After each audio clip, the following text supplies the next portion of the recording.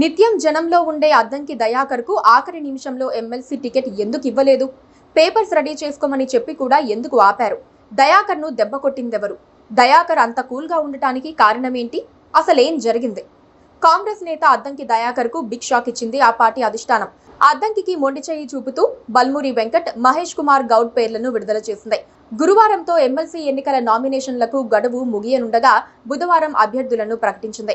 అయితే అప్పటి వరకు కూడా అద్దంకి దయాకర్కే ఎమ్మెల్సీ అభ్యర్థిత్వం ఖరారు అని ప్రచారం జరగ్గా తర్వాత సీన్ రివర్స్ అయ్యింది. అంతేకాదు మంగళవారం పార్టీ పెద్దలు సైతం అద్దంకి దయాకర్కు ఫోన్ చేసి నామినేషన్ పత్రాలు సిద్ధం చేసుకోవాలని సూచించారు. దీంతో ఆయన అనుచరులు సంబరాలు చేసుకున్నారు. దయాకర్ కూడా ఆనందం వ్యక్తం చేశారు. కానీ ఈ సంబరాలు, ఆనందం గంటల్లో ఆవిరయ్యాయి. కాంగ్రెస్ ప్రకటించిన లిస్టులో దయాకర్ పేరు మిస్ అయ్యి మహేష్ కుమార్ గౌడ్ పేరు తెరపైకి వచ్చింది. తనను ఎమ్మెల్సీ అభ్యర్థిగా ఎంపిక చేయకపోవడంపై అద్దంకి దయాకర్ స్పందించారు. ఈ విషయంలో పార్టీ నిర్ణయానికి కట్టుబడి ఉంటానని చెప్పారు. పార్టీ విధేయునిగా అధిష్టానం నిర్ణయాలను గౌరవించాల్సిన అవసరం తనపై ఉందని వ్యాఖ్యానించారు. సీఎం రేవంత్ రెడ్డి నాయకత్వంలో ప్రజాపాలనను ముందుకు తీసుకెళ్తారని ఆయన ప్రకటించారు.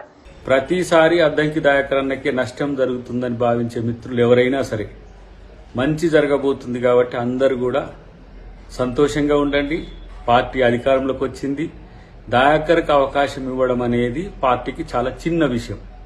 కాబట్టి దీన్ని మనం పెద్దగా చూడకుండా పార్టీ భవిష్యత్తును మరింత ఆలోచించే వాళ్ళుగా మనం అందరం కూడా రేపు ప్రజల పాలన ఎట్లా ఉంటుందో మనం అందరం కూడా కలిసి ముందుకు తీసుకుపోవడానికి ముఖ్యమంత్రి గారికి, కేబినెట్కి మనం అందరం కూడా సహకరించాల్సిన అవసరం ఉంది. నన్ను పార్టీ మంచి అవకాశం ఇస్తుందని నేను ఆలోచిస్తున్నాను. సీఎం రేవంత్ వర్గంలో ఉండటమే అద్దంకి దయాకర్కు శాపమైంది. రేవంత్ ను దెబ్బకొట్టే దిశగా దయాకర్కు ఎత్తుపెట్టారా? పైగా ఆయనకు ఎమ్మెల్సీ టికెట్ ఆపడంలో కోమటిరెడ్డి వెంకటరెడ్డి కీలక పాత్ర పోషించారన్నది నిజమేనా? అధికారానికి వచ్చి 100 రోజులు కాకముందే కాంగ్రెస్ మార్క్ రాజకీయాలు బయటపడ్డాయా? ఇద్దరు బీఆర్ఎస్ ఎమ్మెల్సీలు కడియం శ్రీహరి, పాడి కౌశిక్ రెడ్డి ఇటీవలే జరిగిన అసెంబ్లీ ఎన్నికల్లో ఎమ్మెల్యేలుగా ఎన్నికవటంతో వారు ఎమ్మెల్సీ పదవులకు రాజీనామా చేశారు. ఈ 2 ఎమ్మెల్సీ స్థానాలకు వేరువేరుగా ఎన్నికలు నిర్వహిస్తూ ఉండటంతో అసెంబ్లీలో తగిన మెజారిటీ కలిగిన అధికార కాంగ్రెస్ పార్టీ అభ్యర్థుల ఎంపికపై కసరత్తు చేసింది. ముఖ్యమంత్రి రేవంత్ రెడ్డి దావోస్ పర్యటనకు వెళ్లే ముందు ఢిల్లీలో అధిష్టానం పెద్దలను కలిసి మహేష్ కుమార్ గౌడ్, అద్దంకి దయాకర్కు ఎమ్మెల్సీలుగా అవకాశం కల్పించాలని ప్రతిపాదించారు. ఇందుకు అధిష్టానం నుంచి గ్రీన్ సిగ్నల్ లభించిందంటూ సీఎం తన సన్నిహితులకు సమాచారం ఇచ్చారు. అయితే సీఎం విదేశీ పర్యటనకు వెళ్లిన తర్వాత ఢిల్లీలో సీన్ మారిపోయింది. సీఎం ప్రతిపాదించిన అద్దంకి దయాకర్ అభ్యర్థిత్వాన్ని కొనసాగిస్తూ పార్టీ అగ్రనేత రాహుల్ గాంధీ జోక్యంతో మహేష్ కుమార్ గౌడ్ స్థానంలో ఎన్ఎస్యుఐ అధ్యక్షుడు బల్మూరి వెంకట్ను ఎంపిక చేసినట్టు ఆ పార్టీ వర్గాల ద్వారా తెలిసింది.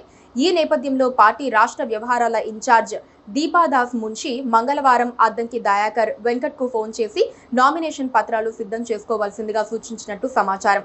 ఒక్కో అభ్యర్థిని 10 మంది ఎమ్మెల్యేలు ప్రతిపాదించే బాధ్యతను డిప్యూటీ సీఎం బట్టి విక్రమార్కకు అధిష్టానం అప్పగించింది. దీంతో ప్రతిపాదించే ఎమ్మెల్యేలను ఆయన బుధవారం సీఎల్పీ కార్యాలయానికి పిలిపించి వారితో సంతకాలు కూడా చేయించారు. గురువారం నామినేషన్లు దాఖలు చేయడానికి రంగం సిద్ధం చేశారు. అయితే బుధవారం మధ్యాహ్నం చివరి నిమిషంలో అద్దంకి దయాకర్కు బదులు మహేష్ కుమార్ గౌడ్ను అభ్యర్థిగా ఎంపిక చేసినట్టు ఏఐసీసీ అధ్యక్షుడు మల్లికార్జున ఖర్గే, ప్రధాన కార్యదర్శి కేసీ వేణుగోపాల్ ప్రకటన విడుదల చేశారు.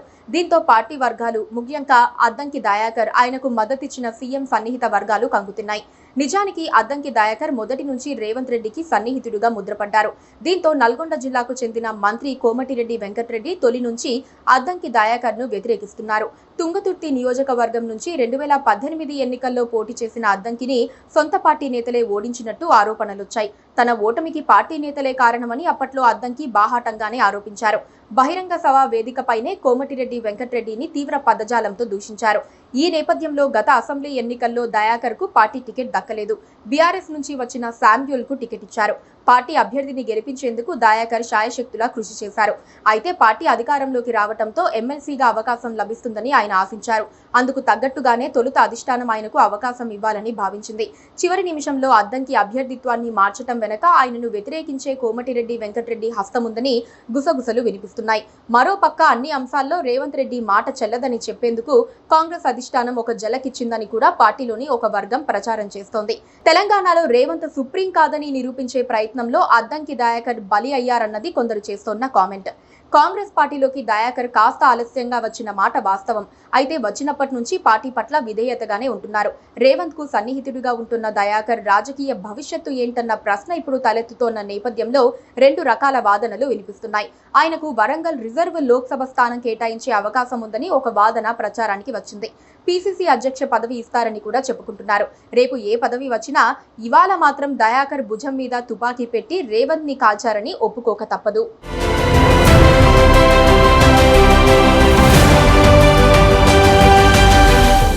Please do subscribe to Please do subscribe to Please do subscribe to Please do subscribe to Please do subscribe to Please do subscribe to KTV Telugu.